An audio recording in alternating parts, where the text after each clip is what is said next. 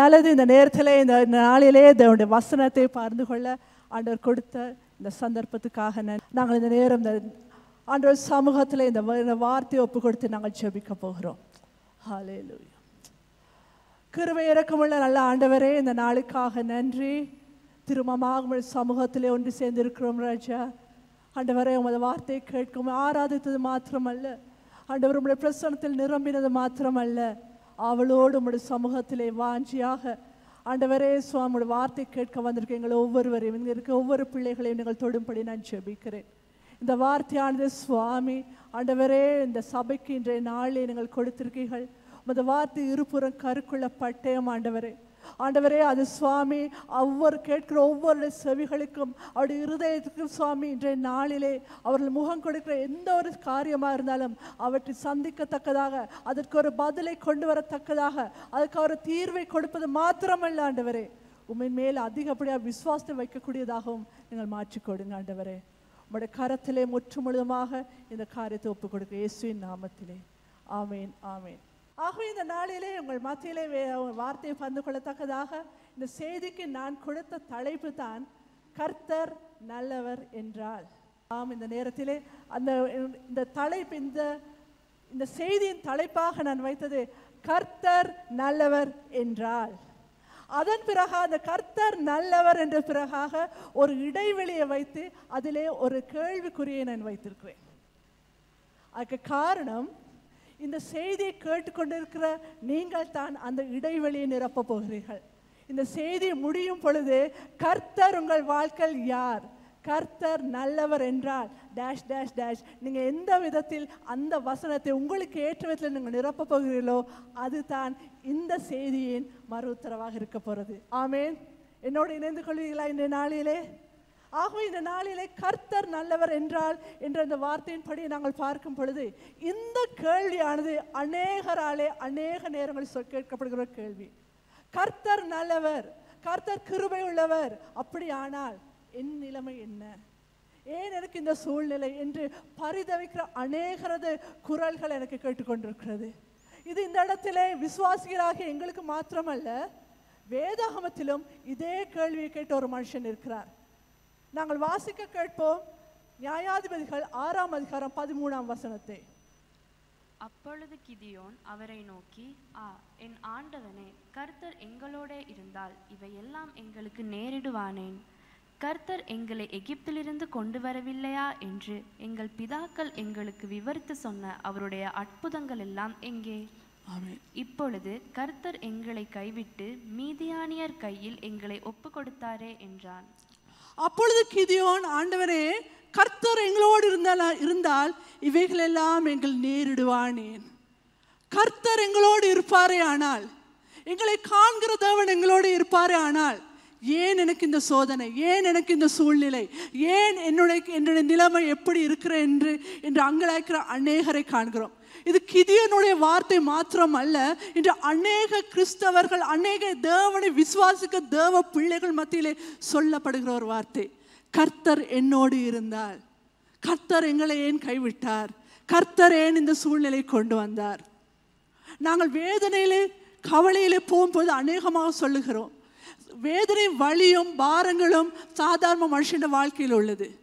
ஆனால் நாங்கள் சில நேரங்களில் அதை முகம் கொடுக்கிற விதங்கள் வித்தியாசமாக இருக்கிறது.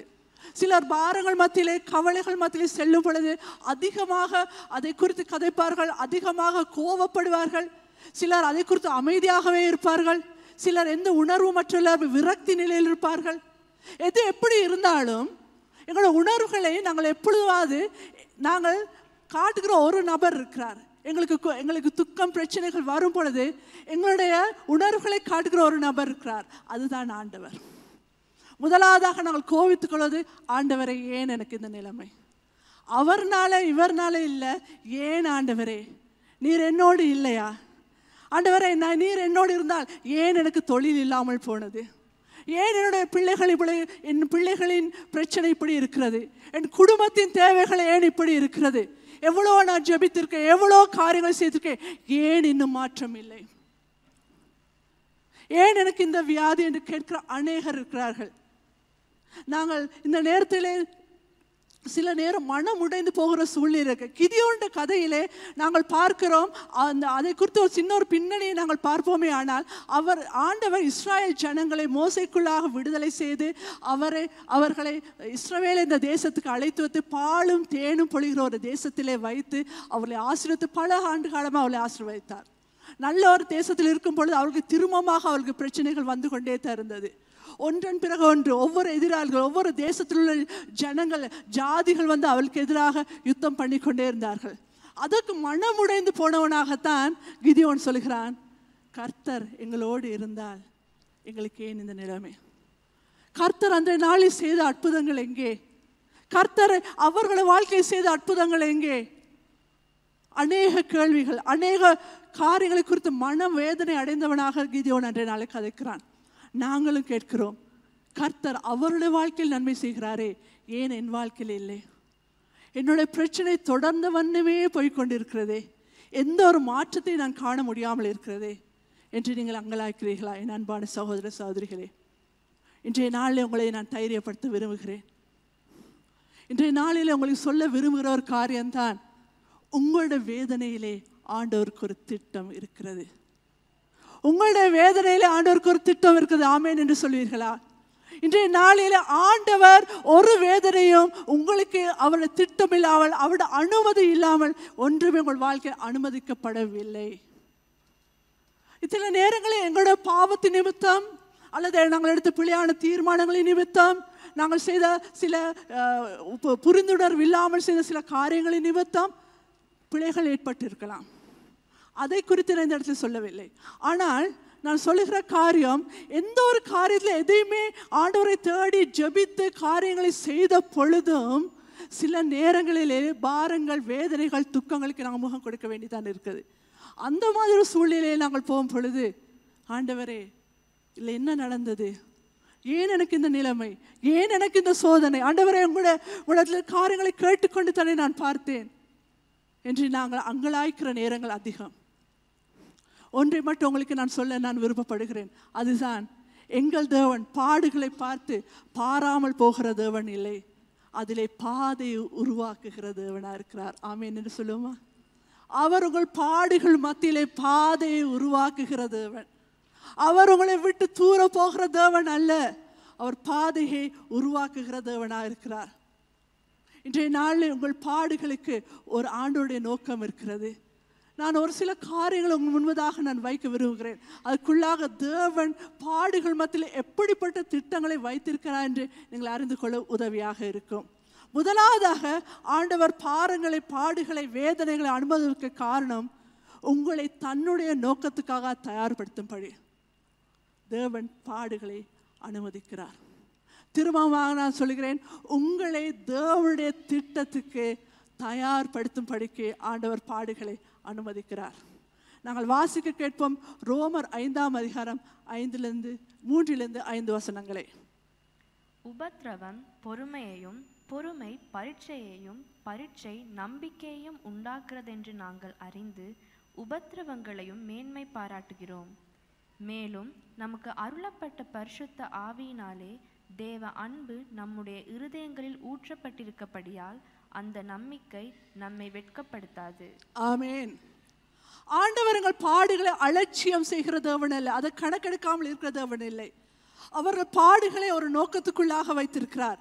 எங்களை உருவாக்கும் படிக்கு, எங்களை அவருடைய திட்டத்துக்கு மாற்றும் படிக்கு, அவர் வெளியரங்கமாக எங்களை பாவிப்பதற்கு முன்பதாக உள்ளரங்கமாக எங்களை தயார்படுத்தி கொண்டிருக்கிறார், எங்களை செதுக்கி கொண்டிருக்கிறார். ஒரு காரியத்தை செய்வதற்கு தேவையான அந்த குணாதிசயம், அந்த பணிவு, அதற்கான தேவை நாங்கள் அடையும்படிக்கு, அந்த முதிர்ச்சியை நாங்கள் அடையும்படிக்கு ஆண்டவர் எங்கள் மேலே நோக்கமாக இருக்கிறார். அதற்காக எங்களை அவர் செதுக்கி கொண்டிருக்கிறார். இந்த காரியத்தை நான் சொல்வதற்கு ஒரு முக்கியமான ஒரு காரணம் இருக்கிறது. இந்த காரியத்துக்குள்ளாக என் வாழ்க்கையிலே, என் குடும்பத்திலே ஒரு சாட்சி இருக்கிறது. இன்றைய நாள் அதை சொல்வதற்குள்ளாக நான் நினைக்கிறேன், அது நிச்சயமாக உங்களுக்கு ஒரு ஆசீர்வாதமாக இருக்கும் என்று. எனக்கு ஒரு சகோதரன் இருக்கிறார், என்னுடைய அண்ணன். அவர் வெளிநாட்டிலே வசித்து கொண்டிருக்கிறார். அவருக்கு 2 பிள்ளைகள் இருக்கிறார்கள். அவருடைய மூத்த மகனுக்கு இப்பொழுது 6 வயதாகிறது. அவருடைய பேர் ஜான்சன்.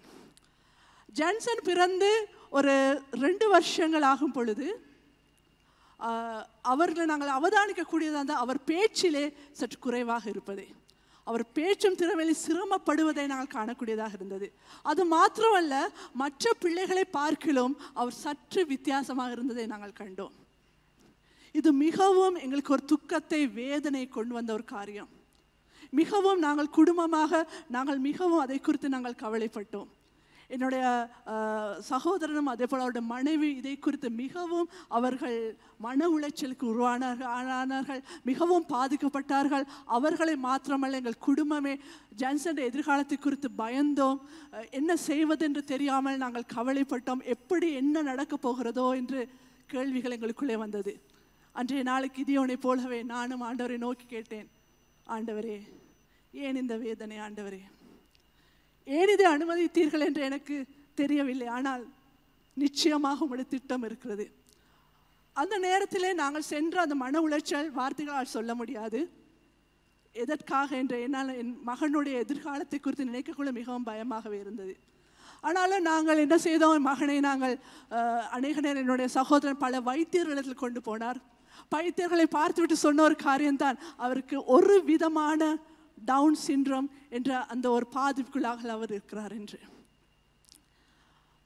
இதை கேட்டுவிட மிகவும் அதிர்ச்சியாக இருந்தாலும் என் சகோதரன் என்ன சொன்னார், நாங்கள் விசுவாசிக்கிற தேவன் எங்களை வெட்கப்படுத்த மாட்டார் என்று.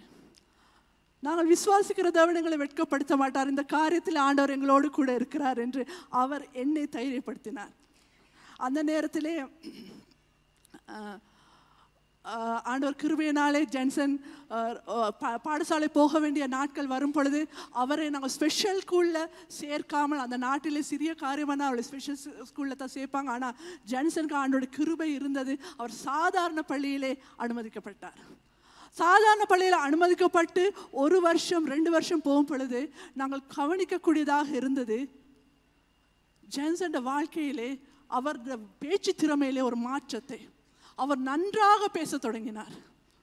அது மாத்திரமல்ல, அவருடைய வகுப்பில் அவருடைய ஆசிரியர்கள் சொன்னாங்க, வாசிப்பு பாடத்திலே ஜான்சன் மற்ற பிள்ளைகளை பார்க்கல முன்னிலையில் இருக்கிறார் என்று, கணித பாடத்திலே மிகவும் தேர்ச்சி பெற்றவராக இருக்கிறார் என்று. எங்களால் நினைக்க முடியல, இது ஆண்டோட கிருபை தர வேறு ஒன்றுமே இல்லை. ஆண்டவர் பாடுகள் மத்தியிலே எங்களை வெட்கப்படுத்தாத தேவன் என்பதை நாங்கள் அறிந்தோம். அந்த நேரம் ஆண்டவர் நாங்கள் செய்த ஜெபங்கள், அதிகப்படியான ஜெபங்களுக்கு ஆண்டவர் இன்றைய நாளிலே பதிலை கொடுத்திருக்கிறார். ஆண்டவர் ஸ்தோத்திரம். இந்த நேரத்தில் இந்த கதை இப்படியாக முடிந்து விடவில்லை. அந்த நேரத்திலே நான் ஏற்கனவே சொன்னேன், ஆண்டவர் பாடுகள் மத்தியில் எங்களை தயார்படுத்தி கொண்டிருக்கிறார் என்று. எங்களை ஒரு நோக்கத்துக்காக சில பாடுகளை அவர் அனுமதிக்கிறார் என்று உங்களுக்கு ஏற்கனவே சொன்னேன். ஆகவே இந்த நேரத்திலே, இந்த சூழ்நிலை மத்தியிலே ஆண்டவர் என்னோட அண்ணனும் அதே போல அவருடைய மனைவியும் போன அந்த மன உளைச்சல், வேதனை, கவலை, துக்கம், ஜெபம் என்று பல காரியங்களை ஆண்டவர் வீணடிக்கவில்லை. அவரே இந்த வருஷத்திலே என்னுடைய அண்ணனும் அவருடைய மனைவியும் இப்படிப்பட்ட பிள்ளைகளுக்கு என்று ஒரு பாடசாலையை அவர்கள் தொடங்கினார்கள். இப்படிப்பட்ட கஷ்டப்படுகிற பிள்ளைகளின் பாடசாலை தொடங்கி அவர்களுக்கு இன்றைய நாள் அவர்கள் ஊழியம் செய்து வருகிறார்கள். அது மாத்திரமல்ல, விசேஷமாக அப்படிப்பட்ட பிள்ளைகளோட பெற்றோர் மிகவும் மன உளைச்சலில் இருக்கிறார்கள். அந்த பெற்றோருக்கு ஆண்டோட அன்பையும் ஆறுதலையும் கொண்டு வரத்தக்கதாக ஆண்டவர் அவர்கள் இருவரையும் பாவித்து வருகிறார். ஆமேன் என்று சொல்லுவோமா? ஆண்டவர் நிச்சயமாக உங்கள் பாடுகளை வழிய வைத்திருக்கிறார். அவர் ஒருபோது உங்களை வெட்கப்படுத்துகிற தேவன் என்று, உங்களை அழைத்து உங்களை வெட்கப்படுத்தி உங்களை கஷ்டங்களை உங்களை தனிமையை விடுகிற தேவனை நாங்கள் ஆராதிக்கவில்லை என கண்பான சகோதர சகோதரிகளே. அவர் உங்கள் துக்கத்தோடு அவர் உங்களோடு கூட இருக்கிற தேவன். நாங்கள் வாசித்தோம் ரோமர் 5 சொல்ல, மேலும் நமக்கு அருளப்பட்ட பரிசுத்த ஆவியினாலே தேவ அன்பு நம்முடைய இருதயங்களை ஊற்றப்பட்டிருக்கப்படினால் அந்த நம்பிக்கை நம்மை வெட்கப்படுத்தாது. அந்த நம்பிக்கை ஒருபோது நம்மை வெட்கப்படுத்தாது. சில நேரம் யோசித்து பாருங்கள், என்னோட சகோதரனை அழைத்து ஏற்கனவே எல்லாம் நன்றாக போய் கொண்டிருக்க போல அழைத்து இப்படிப்பட்ட ஒரு ஊழியத்தை தொடங்கி, இப்படிப்பட்ட ஒரு பாடசாலை நீ தொடங்கு, இப்படிப்பட்ட பிள்ளைகளுக்கு நீ ஊழியம் செய்ய போகிறேன்னு சொல்லியிருந்தார், அவர் சரி என்று சொல்லியிருப்பாரா? இல்லை, நான் ஆண்டவரே நான் போகிறேன்னு சொல்லியிருப்பாரா? நிச்சயமாக இல்லை. அதற்குள்ளாக இருக்க மனவழி, அதற்குள்ளாக இருக்க மன உளைச்சல், அதற்குள்ளாக இருக்க கவலை, வேதனை அனைத்தையும் உணர்ந்த ஒரு மனுஷன் ஆண்டவருக்கு தேவைப்பட்டார். அதற்கான சில காரியங்கள் நடத்தப்பட்டது.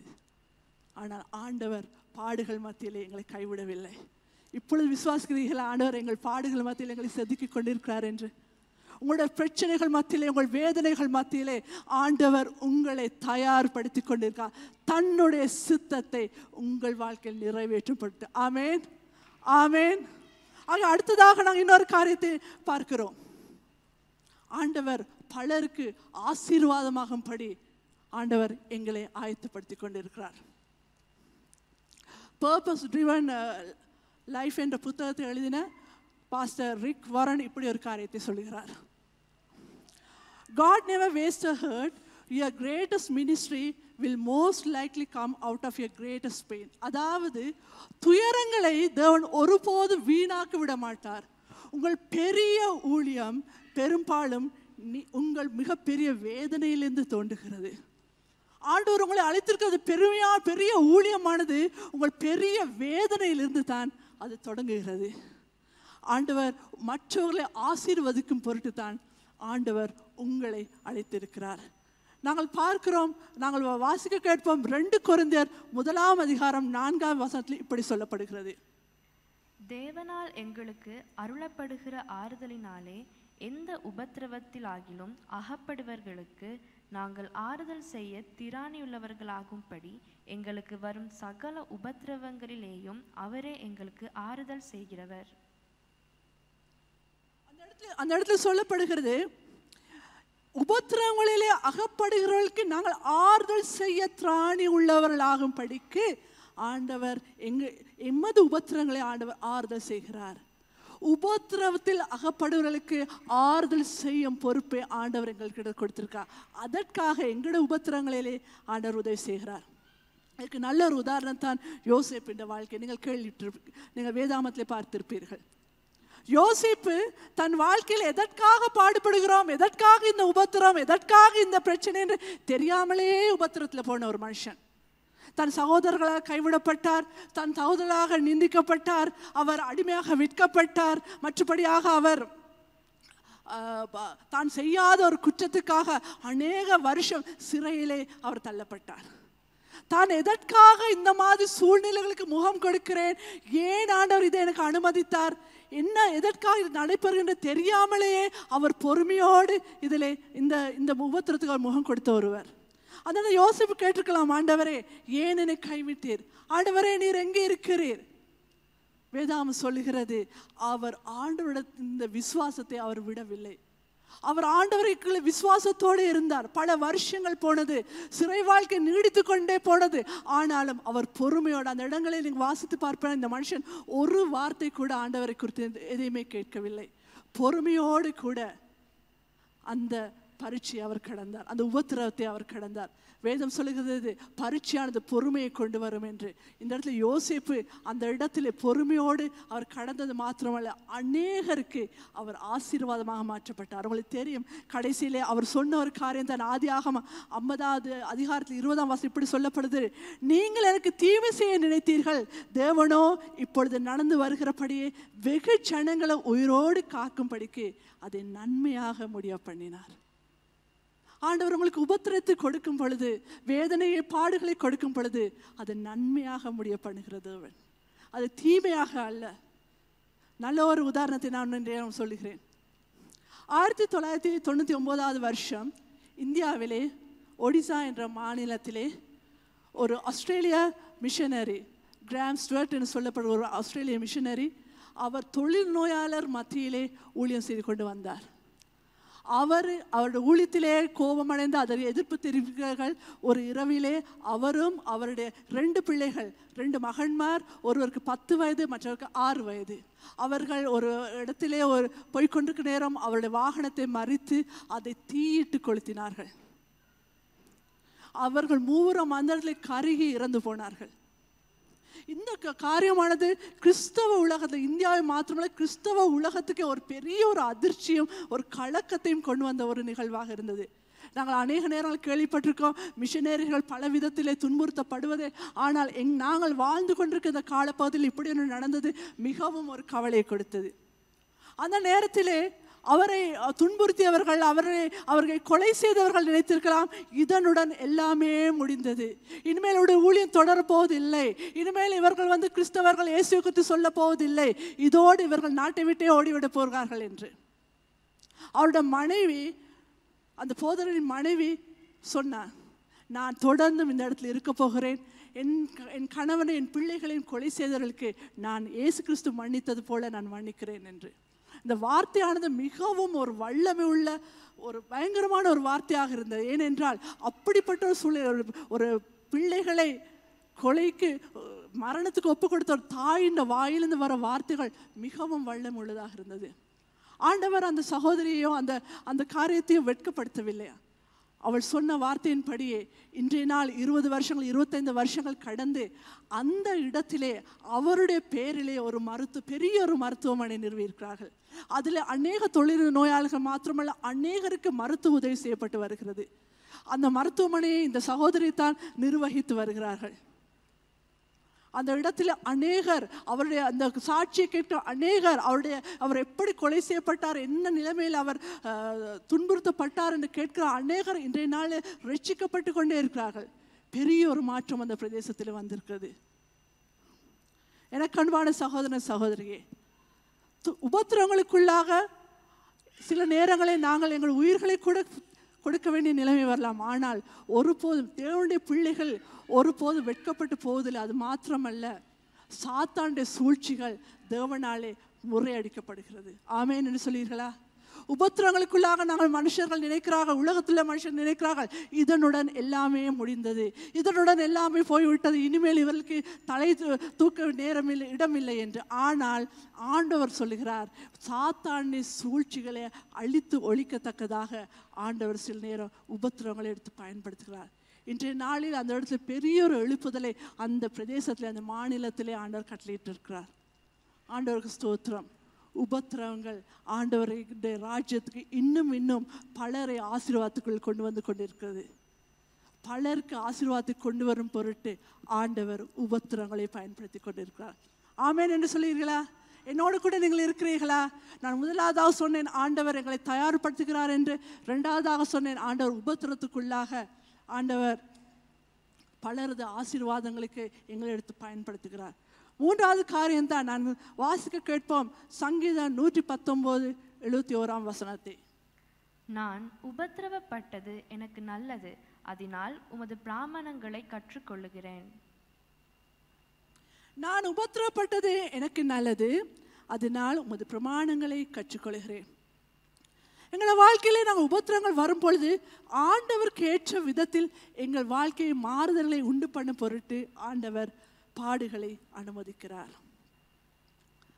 அண்மையிலே என்னோட வேதாகம படிப்பிலே எனக்கு ஒரு அசைன்மெண்ட் ஒன்று கொடுக்கப்பட்டது. அந்த அசைன்மெண்ட்டில் தான் சொல்லப்பட்டது, எங்களுடைய கடந்த கால வாழ்க்கையை குறித்து பார்த்து எல்லா வருஷங்களும் சிறிய என்னால் நினைவுக்கு வைத்திருக்க காலத்துலேருந்து அந்த வருஷங்களை எல்லாம் எழுதி அந்த நாட்களிலே உங்களோட வாழ்க்கையில் நடந்த எல்லா சம்பவங்களையும், அது நன்மையானதாக இருக்கலாம், அது தீமையானதாக இருக்கலாம், எதுவாக இருந்தாலும் அதை எழுதும்படியாக எனக்கு ஒரு அசைன்மெண்ட் ஒன்று கொடுக்கப்பட்டது.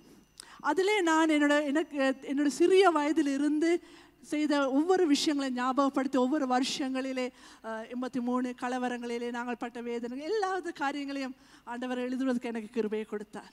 அதை எழுதி முடிக்கும் பொழுது ஆண்டவர் என் கண்களை திறந்தார்.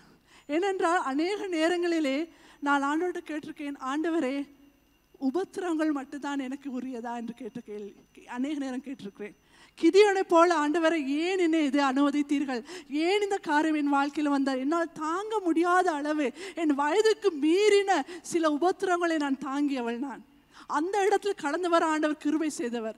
ஆண்டவரை ஏன் என்று கேள்வி கேட்ட பொழுது அந்த நான் சொல்லப்பட்ட என் வாழ்க்கை நடந்த இருளான சம்பவங்கள் நடந்த எல்லா இடத்திலும் ஆண்டவர் கிருபையை கொடுத்தார்.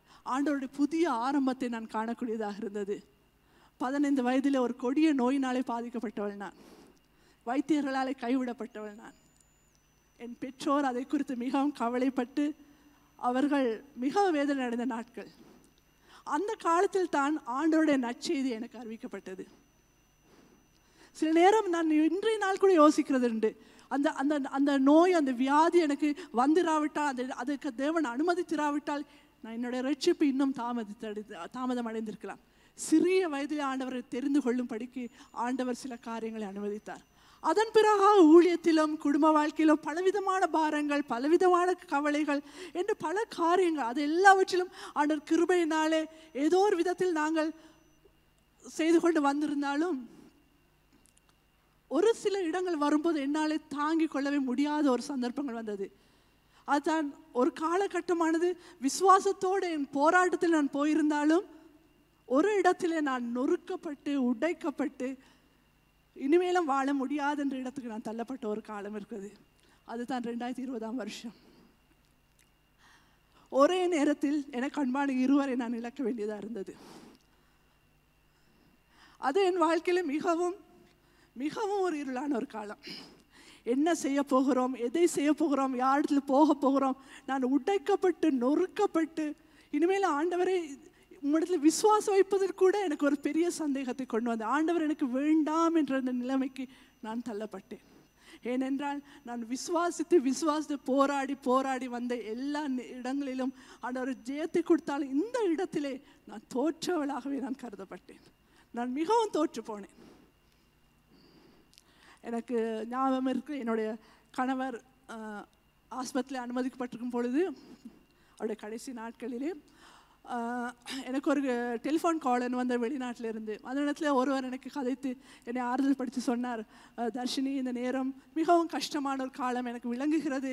இந்த கஷ்டமான ஒரு காலகட்டத்தில் நீ போய்கொண்டு இருக்கிறாய். ஆனால் ஒன்றை மட்டும் ஞாபகத்தில் வைத்துக்கொள், God never makes mistakes. அவர் சொன்ன, ஆண்டவர் ஒருபோதும் பிழையை செய்கிறவர் அல்ல. இந்த அன்றைய நாள் எனக்கு அநேக கேள்விகள், என் கணவரும் ஆண்டவரும் ஊழியம் செய்தவர், பல காரியங்கள் பல விஷயங்கள் மனதில் ஓடிக்கொண்டிருந்தது. அவர் அந்த சொன்ன நேரத்திலே நான் உண்மையாக விசுவாசித்தேன். ஆம், ஆண்டவர் இதிலிருந்தும் எனக்கு வெளியே வர உதவி செய்வார், இந்த காரியத்திலிருந்தும் ஆண்டவர் நிச்சயமாக என்னை வெளியே கொண்டு வருவார் என்ற அந்த உறுதியான விசுவாசம் திரும்பமாக இருந்தது.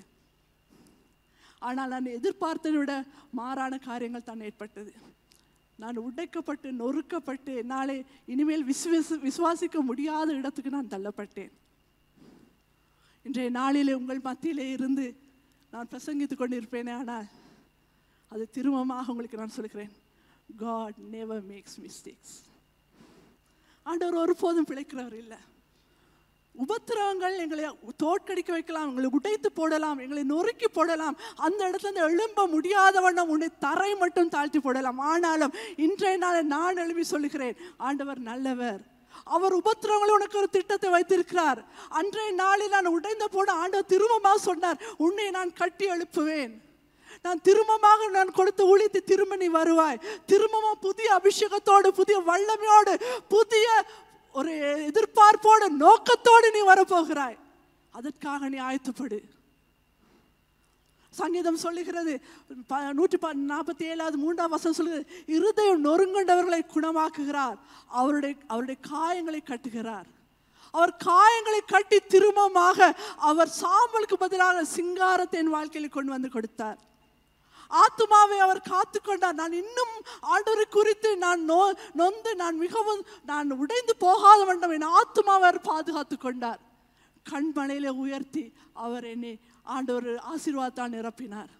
இன்றைய நாளிலும் உபத்திரங்கள் மத்தியிலே ஆண்டோருடைய பயணமோ ஆண்டோருடைய திட்டமோ ஒருபோதும் முடிந்து போகவில்லை. எனக்கு அன்பான சகோதர சகோதரிகளே, எனக்கு முன்பாக உங்களுக்கு முன்பாக இன்று நான் உயிருள்ள சாட்சியாக நின்று கொண்டிருக்கிறேன்.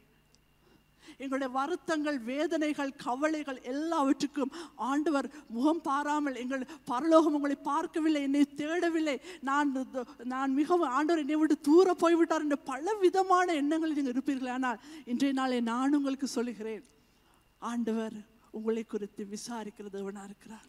உங்களை குறித்து திட்டத்தை வைத்திருக்க தேவனாக இருக்கிறார். அவர் ஒருபோதும் உங்களை வெட்கப்படுத்த மாட்டார். இதுக்கு ஆண்டவருடைய இந்த ஆண்டவர் எங்கள் மேல் வைத்திருக்க இந்த திட்டங்கள், அந்த வேதனைகள், பாடுகள் மத்தியில் கடந்து போகிறதுக்கு எங்களுக்கு பலத்தை கொடுக்கிறார் ஆண்டவராகிய இயேசு கிறிஸ்து. அவரை நோக்கி நாங்கள் பார்க்கும் பொழுது எங்களுடைய உபத்திரவங்களிலே நிச்சயமாக பலன் கிடைக்கிறது. ஏனென்றால் ஏசாயாவின் புத்தகத்தில் இப்படி ஒரு வார்த்தை சொல்லப்படுகிறது. ஏசாயா 53:4 இப்படி சொல்லப்படுகிறது. நாங்கள் வாசிக்க கேட்போம்.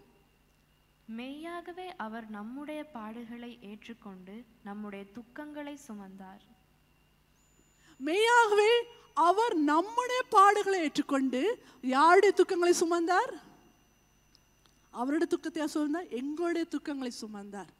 நாங்கள் படுகிற இந்த கஷ்டமான சூழ்நிலைகளை அவர் சுமந்து கொண்டார். அன்றைய நாளில் சிலுவையில் எங்களுடைய எல்லா துக்கங்களையும் சுமந்த தேவன் இன்றைய நாளிலே எங்களோடு கூட பயணித்து கொண்டிருக்கிறார். எனக்கு அன்பான சகோதர சகோதரிகளே, அநேகர் சொல்லுகிறது போல துக்கமான நேரத்தில் ஆண்டவர் தூரமாக இருக்கிறார், எங்களுக்கு ஆண்டவர் எங்கே இருக்கிறார்னு கூட எனக்கு தெரியுதில்லை. இந்த நேரத்தில் அவர் என்னை விட்டு விலகி விட்டார், என்னோடு கூட இல்லை என்று நாங்கள் அங்கலாய்க்கிற நேரம் அநேகமான ஆண்டவர் சொல்லுகிறார், அவர் உங்களை காண்கிற தேவன், உங்களை அறிந்திருக்கிறார், அவர் உங்களை அன்பு செய்கிறார். அதன் நிமித்தமாகத்தான் அவர் சிலுவையிலே உங்களுடைய எல்லா பாடுகளையும்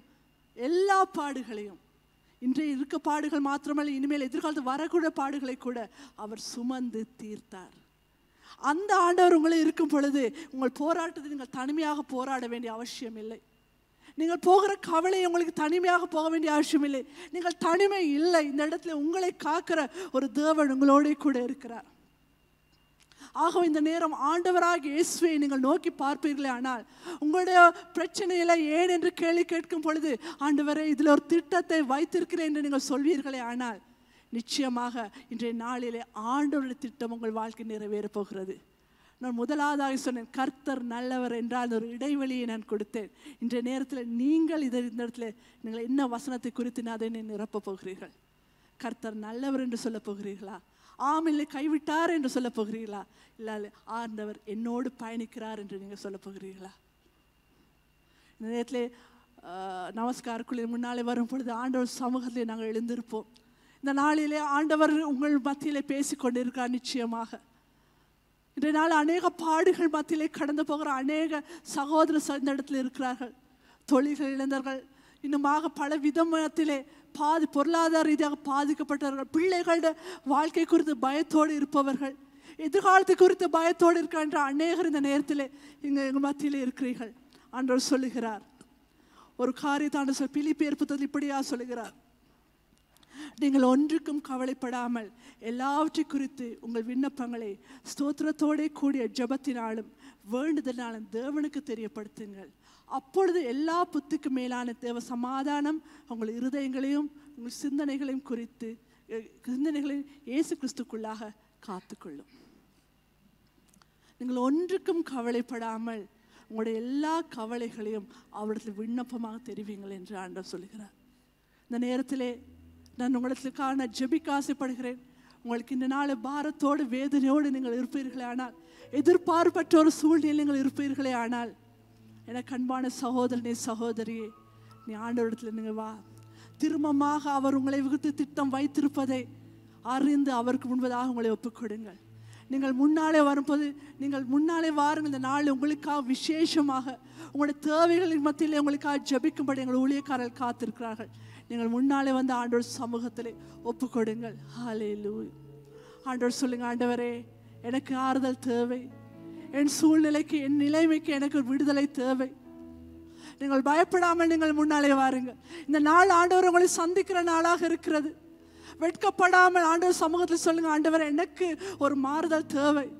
ஏன் நான் இந்த தனிமையில், ஏன் இந்த சூழ்நிலை நான் செல்ல வேண்டும், ஏன் எனக்கு இந்த சூழ்நிலை என்று நீங்கள் கலங்கி கொண்டிருந்தால் இந்த நிமிஷம் ஆண்டவர் சொல்லுகிறார், ஆண்டவர் உங்களை அழைக்கிறார். நீங்கள் முன்னாலே வந்து ஆண்டவரிடத்தில் சொல்லுங்க. ஆண்டவருடைய காரியங்களை ஆண்டவர் உங்களுக்கு இந்த நாளை வெளிப்படுத்த போகிறார்.